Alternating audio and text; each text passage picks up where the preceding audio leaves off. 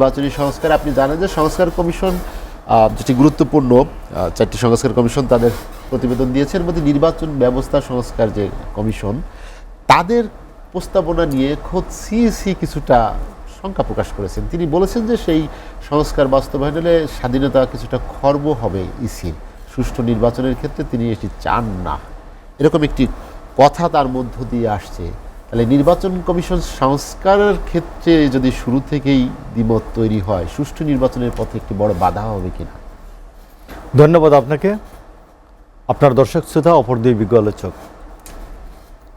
দেখুন, আমরা গত 15-16 বছর ধরে যে আন্দোলনটা করলাম, বিশেষ করে 2013 সাল থেকে এই পর্যন্ত আমরা পুরাটাই একটা ম্যানিপুলেশনহীন নির্বাচন যাতে হয়, নির্বাচন ব্যবস্থায় যেন কোনো প্রভাব বিস্তার করা না যায়, তো এটাকে আমরা নিশ্চিত করার জন্য বারবার বলেছে। আমি মনে করি বিএনপির লোকজন মনে করে আমরা ক্ষমতার দ্বার প্রান্তে, এই মুহূর্তে একটা ইলেকশন হলে আমরা হয়তো মেজরিটি পাবো, এইরকম একটা ধারণা করি। তারপরেও আমি আপনাকে এই জায়গাটাতে একেবারেই বিএনপি এই পয়েন্টে সঠিক আছে এখনো।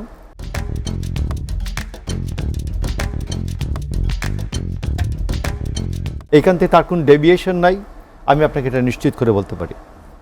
বিএনপির চেয়ারপারসন তারেক রহমান, আমি কয়েকদিন আগে ওনার সাথে আমাদের একটা কথা হয়েছিল, উনি বলেছেন যে 5ই আগস্টের পরে আমি যদি হেরেও যাই তাও নির্বাচন ম্যানিপুলেশন করব না, নির্বাচনে কোনো প্রকার এটাকে প্রভাবিত করা, কারচুপি করা তো দূরের কথা, আমি প্রভাবিত করব না ভাই, ক্লিন কাট কথা, নির্বাচনে এই অন্যায্য কাজটা করব না। তাইলে এই অন্যায্য কাজটাকে নিশ্চিত করতে হলে কে করতে পারে? একমাত্র নির্বাচন কমিশন। নির্বাচন কমিশনের জবাবদিহিতা, হ্যাঁ ঠিক আছে, নির্বাচন কমিশনের জবাবদিহিতা নিশ্চিত করতে হবে। বাট নির্বাচন কমিশনের জবাবদিহিতা নিশ্চিত করতে গিয়ে যদি তাকে নির্বাহী বিভাগের অধীনে ন্যস্ত করে দেন, তাইলে তো আর থাকলো না কিছুই।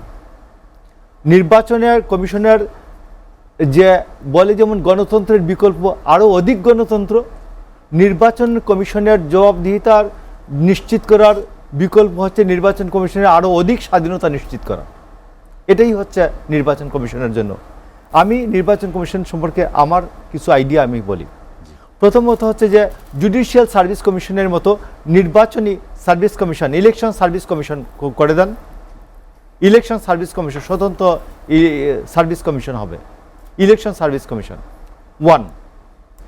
যেহেতু এইটাই ইলেকশনের থ্রু ইলেকশন, যদি 14 সালে আমাদের সঠিক নির্বাচন হতো, 18 সালে সঠিক নির্বাচন হতো, 24 সালে সঠিক নির্বাচন হতো, তাইলে শেখ হাসিনার স্বৈরাচার হতেন না, 2000 লোক মারা যাইত না এবং 30,000 লোক পঙ্গুত্ব বরণ করতে হতো না।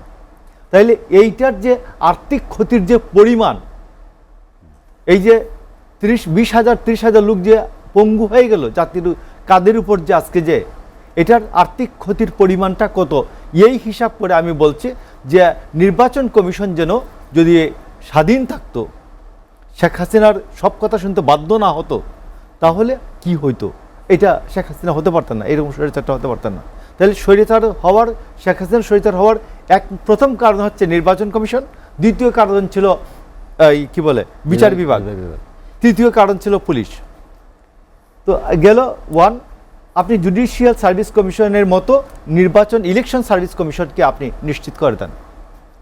আপনি ইলেকশন কমিশনের প্রায় এই 20-22 বছর ধরে তো ইলেকশন কমিশনের নিজস্ব কর্মকর্তা যারা উপজেলা নির্বাচন অফিসার হয়েছিল, এরপরেও তো কন্টিনিউয়াসলি চলছে, আওয়ামী লীগের সময় হয়েছে, এরা তো সিনিয়র হয়েছে, এরা একজন ডেপুটি সেক্রেটারি স্কেল হয়েছে, ডেপুটি সেক্রেটারির উপরেও স্কেল আছে ইলেকশন কমিশনের। ইলেকশন কমিশনের নিজস্ব অফিসারদের মধ্য থেকে আপনি রিটার্নিং অফিসার করে দেন। নাম্বার 3 দেখুন, যে রিটার্নিং অফিসার ইলেকশন কমিশনের অফিসারদের মধ্য থেকে হবে। এবং আপনি দেখবেন 2013 সালে যে কয়েকটা নির্বাচন হয়েছে, সিটি কর্পোরেশন নির্বাচন, ইলেকশন কমিশনের যে রিটার্নিং অফিসার যারা ছিলেন, এরা কিন্তু আপনার ডিসি সাহেবদের থেকে অনেক ভালো করছেন। আপনি আসুন, যে নির্বাচনী আচরণবিধি দেখভাল করা, নির্বাচন আচরণবিধিকে ইম্পোজ করা, কার্যকর করা, এইটার জন্য কি লাগে? ম্যাজিস্ট্রেট নেন। আপনি কি ম্যাজিস্ট্রেট নেন? ইয়ার কাছ থেকে নির্বাহী ম্যাজিস্ট্রেট নেন, ধার করেন। নির্বাহী ম্যাজিস্ট্রেট ওর কোনো ধারণা নাই একটা ইলেকশনে ম্যানিপুলেশন কিভাবে হয়, একটা ইলেকশনের প্রভাব কিভাবে বিস্তার করে, একটা ইলেকশনে কী কী ঝামেলা হয়। বাচ্চা মানুষ তো অলরেডি 6 মাস ট্রেনিং করে গেছে, অল্প কয়েকদিন হয়েছে। এসসি ল্যান্ডকে আপনি পাঠাই দেন ওইখানে, বা নির্বাহী ম্যাজিস্ট্রেট প্রফেশনাল যে ম্যাজিস্ট্রেট আছে ওকে মাঠে পাঠাই দেন, ও গিয়ে যা খুশি একটা করে চলে আসে। ওর কোনো প্র্যাকটিক্যাল অভিজ্ঞতা নেই, মাঠের অভিজ্ঞতা নেই। তো সেই ক্ষেত্রে আপনি মৎস্য অধিদপ্তরের অধীনে কিছু ম্যাজিস্ট্রেসি ক্ষমতা সম্পন্ন অফিসার কাজ করে, মাদকদ্রব্য নিয়ন্ত্রণের অধীনে কিছু ম্যাজিস্ট্রেসি ক্ষমতা সম্পন্ন লোক কাজ করে, আপনি দুদকের ম্যাজিস্ট্রেসি সম্পন্ন লোক কাজ করে, ভোক্তা অধিদপ্তরে যে দেখেন কিছু লোক ম্যাজিস্ট্রেসি ক্ষমতা সম্পন্ন অফিসার কাজ করে। আপনি ইলেকশন কমিশনের মধ্য থেকে বা কিছু ইলেকশন কমিশনে কিছু কর্মকর্তাকে প্রেশনে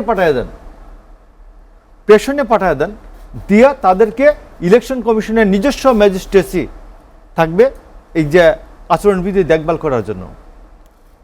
এই যদি হয়, আমি আপনাকে বলি যে এই যে টাকার খেলা, নির্বাচনের টাকার খেলা, মাসুলের খেলা, পেশির খেলা, শক্তির খেলা, এটা অনেক ক্ষেত্রে বন্ধ হবে। এবং ইলেকশন কমিশনকে আপনাকে এই পাওয়ার দিতে হবে, সেই ইলেকশন প্রক্রিয়া দরকার হলে ওই আসনে পুরো ইলেকশনটাই বন্ধ করে দেবে, স্থগিত করে দেবে। ভোট বাতিলের যে ক্ষমতা ছিল যেটি আগে, সেটি আবার পুনর্বহাল করে। রাইট। আপনাকে দেখুন, এরপরে আরেকটা ছোট্ট বিষয় আপনাকে আমি বলি যে এনআইডিকে শেখ হাসিনা এনআইডি এবং আমাদের যে এইটাকে স্বরাষ্ট্র মন্ত্রণালয়ের অধীনে ন্যস্ত করতে চাইছিল। এখানে যদি নির্বাচন কমিশনকে যদি স্বরাষ্ট্র মন্ত্রণালয়ের উপর নির্ভরশীল করে দেন যে সে ওইখান থেকে ডাটা নিয়ে ভোটার লিস্ট করবে, তাইলে আপনার ইলেকশনে ম্যানিপুলেশন 100% আমি গেলেও হবে। স্বরাষ্ট্রমন্ত্রী তো আমি, বা তাজভাই পার্টি গেলে তাজভাই, রতন ভাই গেলে রতন ভাই পার্টি স্বরাষ্ট্রমন্ত্রী। তো স্বরাষ্ট্রমন্ত্রীর ক্ষমতার কথার বাইরে এই অ্যাডিশনাল সেক্রেটারি কি যাওয়ার ক্ষমতা আছে? তো এনআইডি সেকশনের যে আছে কর্মকর্তা আছে, ও কি বাইরে যাওয়ার ক্ষমতা আছে? তো কোনো অবস্থাতেই এনআইডি এবং ভোটার তালিকা এইটা কোনো অবস্থাতেই স্বরাষ্ট্র মন্ত্রণালয়ের অধীনে যাওয়া উচিত না। এটা সম্পূর্ণ নির্বাচন কমিশনের অধীনে থাকবে এবং নির্বাচন কমিশনের কাছ থেকে অন্যান্যরা প্রয়োজনে ডাটা ধার করবে। আমি আপনাকে বলি যে নির্বাচন কমিশন কি সাংবিধানিক প্রতিষ্ঠান? সাংবিধানিক প্রতিষ্ঠান হিসাবে পুলিশ থেকে, অন্যান্য জায়গা থেকে, অন্যান্য সার্ভিস থেকে এই যে আমাদের ইলেকশন কমিশনে দুর্নীতি যে হয় না তা না, কিন্তু মানুষ অনেক বেশি স্বাচ্ছন্দ্য ইলেকশন কমিশনের অফিসারদের কাছে যাইতে, পুলিশ থেকে অনেক বেশি স্বাচ্ছন্দ্য অনুভব করে। অনেক কম দুর্নীতিগ্রস্ত ইলেকশন কমিশনের অফিসাররা, অনেক কম দুর্নীতিগ্রস্ত পুলিশ থেকে। ইন দ্যাট কেস আমি মনে করি ইলেকশন কমিশনকে স্বাধীন সত্তায় বিকশিত হতে দেওয়া উচিত।